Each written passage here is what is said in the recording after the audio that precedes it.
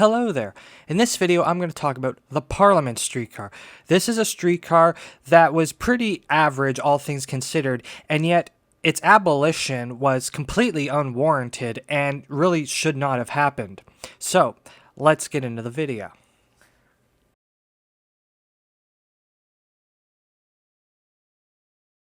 The origins of the Parliament Streetcar begin in the late 1800s, as with most other streetcars in the city. Parliament Street itself is quite old, having been part of the original town of York. The name Parliament comes from the old Upper Canada Parliament building, which was once located just south of Front Street.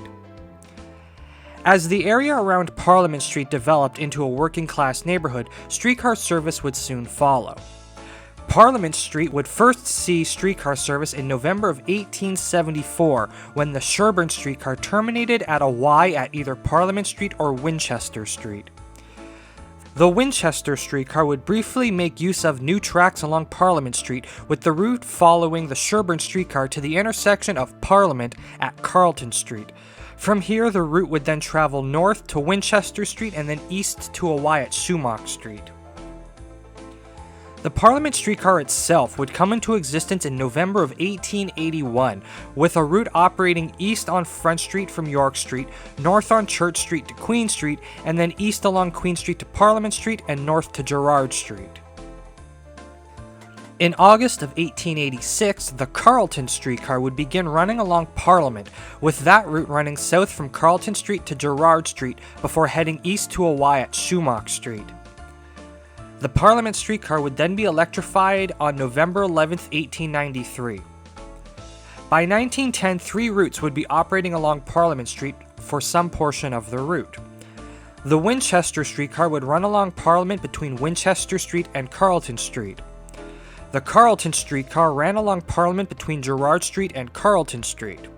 Lastly, there was the Parliament Streetcar itself, which by this point was operating from the downtown core via a loop through Yonge Street, Front Street, and Bay Street to Queen Street.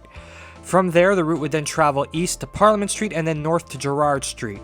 The route would then head east along Gerrard to a Y at Greenwood Avenue. In 1911, the Winchester Streetcar would be rerouted off of Carlton Street and would now run south along Parliament Street to Dundas Street and then west from there.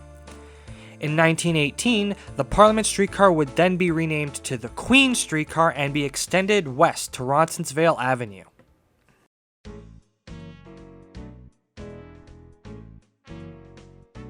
The Toronto Transportation Commission would take over streetcar operations in the city in 1921.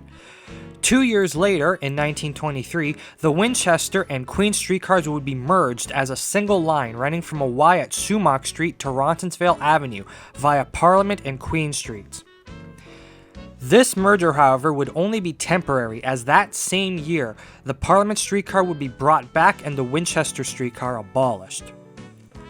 On August 3, 1924, the Parliament Streetcar would be extended north from Winchester Street on newly installed tracks to Bloor Street. Here, the line would loop through the newly built Viaduct Loop. The south end of the route would now loop via Queen Street, Church Street, and Victoria Street. The tracks along Winchester Street would go unused for 4 years before finally being torn up. Service on the Parliament Streetcar would be provided by single-ended cars until 1928. In that year, a crossover was installed on Parliament Street at Queen Street. Sunday service on the Parliament Streetcar would be cut back to the crossover, facilitating the need to use double-ended Birney cars. This arrangement would remain in place until 1940. Following World War II, on January 5, 1947, the Parliament Streetcar would be extended south on Queen Street to a newly built loop just south of King Street. This extension was more so built to relieve congestion along the Don River Bridge on Queen Street. Every third King Streetcar would now run north up Parliament Street to Dundas Street before heading east and rejoining its route on Broadview Avenue. PCC streetcars would enter service on the route in 1948. By this point, the Parliament Streetcar was now operating from Viaduct Loop at Bloor Street to Parliament Loop at King Street.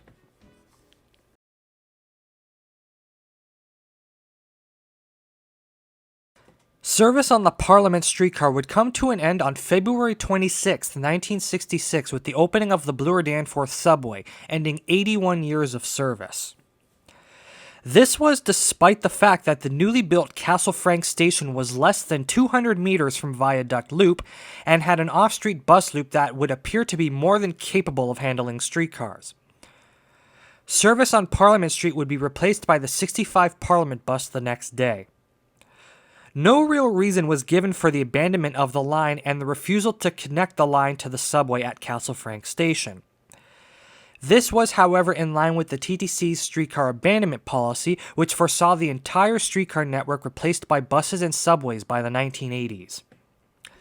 Streetcar service on Parliament Street would continue with infrequent King streetcars being routed up Parliament to Dundas to relieve congestion on the Don River Bridge, although this too would come to an end eventually. The tracks between Carlton Street and Bloor Street would be paved over soon after the line was abolished.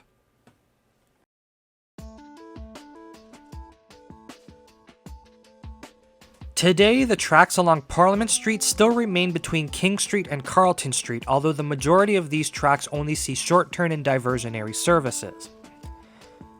The short 200-meter stretch of track between Gerrard Street and Carlton Street remains in active service, however, as part of the 506 Carlton Streetcar. The loss of the Parliament Streetcar to me is almost a tragedy in that it didn't need to happen. As far as I'm concerned, there was no reason for the abolishment of the line.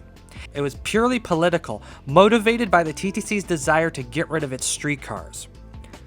At the time of its abandonment, the Parliament Streetcar terminated less than 200 meters from Castle Frank Station. More than that, however, is the fact that the tracks along Bloor Street still existed, so the TTC would have only needed to lay tracks around the bus loop. This, to me, is the most infuriating part about the abandonment of the Parliament Streetcar. It's not a case of it being too great an expense to build new infrastructure when 99% of the infrastructure required was already in place. All the TTC needed to do was build the loop.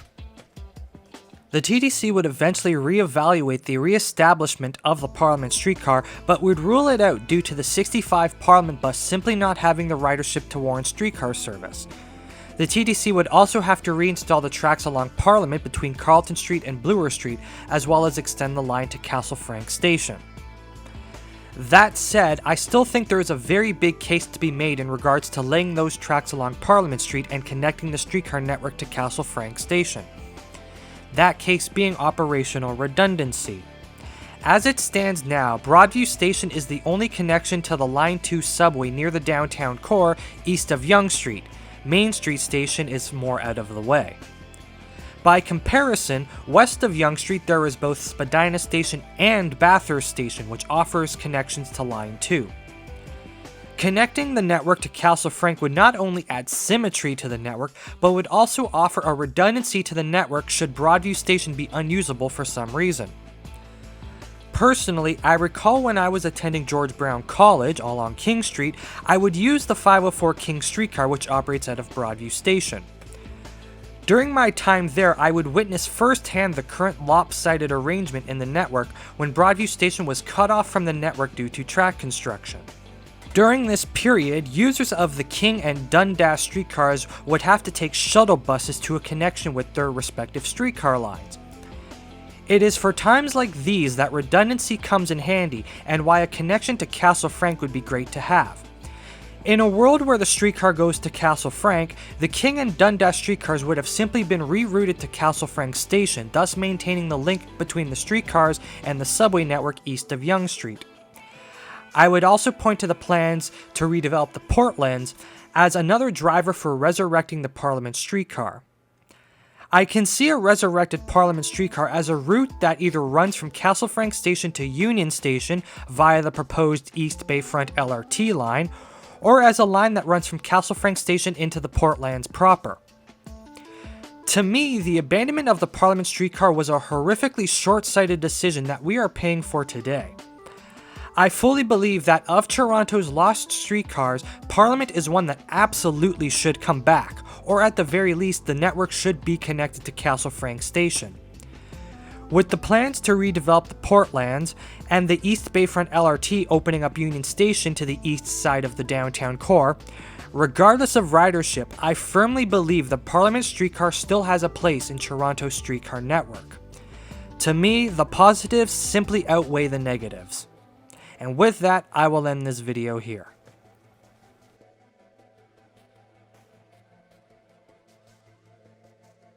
Thank you for watching this video, and if you enjoyed it and want to see more like it, please hit that subscribe button because there are more videos like it on the channel and there are more videos like it on the way. If there's anything you want to say about the Parliament Streetcar, don't be afraid to do so in the comments section down below. And with that, I'll see you in the next video.